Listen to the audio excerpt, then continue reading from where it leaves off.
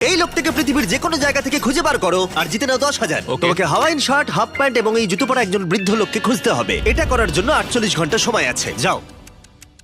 আমি যাব ওকে আমি এখন যাচ্ছি কাবো, কারণ আমার ছবি দেখে মনে হচ্ছে লোকটা সমুদ্রের কাছাকাছি থাকে। আমি এই মিস্টার ইমোজিকাইকে খোঁজার জন্য যা খুশি তাই করতে পারি। যখন আমি প্রথম মেক্সিকো গেলাম, প্রথমেই আমি একটা বোট রেন্ট নিলাম। আমি অনেকগুলো বয়স্ক মানুষ দেখলাম, কিন্তু কেউ তাদের মধ্যে হাওয়াইন শার্ট পরেছিল না। ওরা ওখানে অনেকজন ছিল, কিন্তু তাদের মধ্যে কেউই একটা হাওয়াইন শার্ট পরেছিল না। আমি একটা পারফেক্ট ম্যাচ খুঁজে তো পেলাম, কিন্তু উনি এটা খেলতে চান না।